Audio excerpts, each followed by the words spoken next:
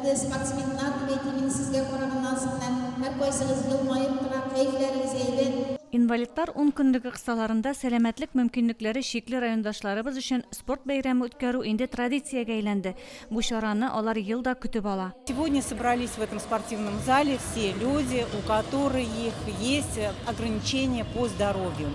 Но нужно сказать, что они очень сильны духом, сильны оптимизмом, и они сегодня померятся своими силами в настольном теннисе, в дарте, в шахматах. И хочется пожелать им, конечно, здоровья, чтобы они не оставались один на один со своими проблемами, чтобы таких мероприятий можно было организовать как можно больше.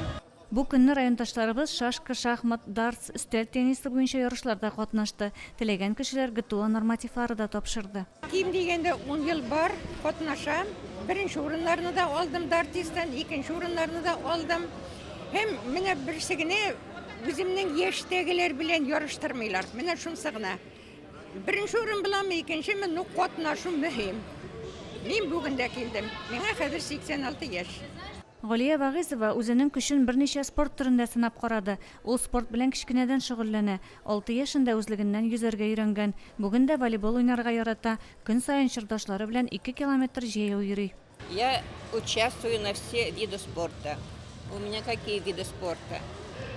Настольный теннис, дартс, ГТО сдавала, места занимала. В общем, какие есть виды спорта, я во всех могу участвовать. Раньше, вот в 2010 году в Казани первое место заняла по плаванию. Воды идут, но все равно я стараюсь.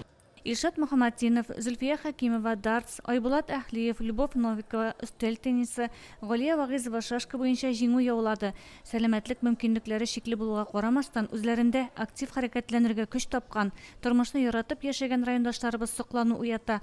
Күпләре безнең өчен үрнәк булып яши. Аларга үзебезнең игътибарыбызны кызганмасак иде. Гөлназ Җәлилова, Динар Нуртдинов, Мөслим телевидениесе.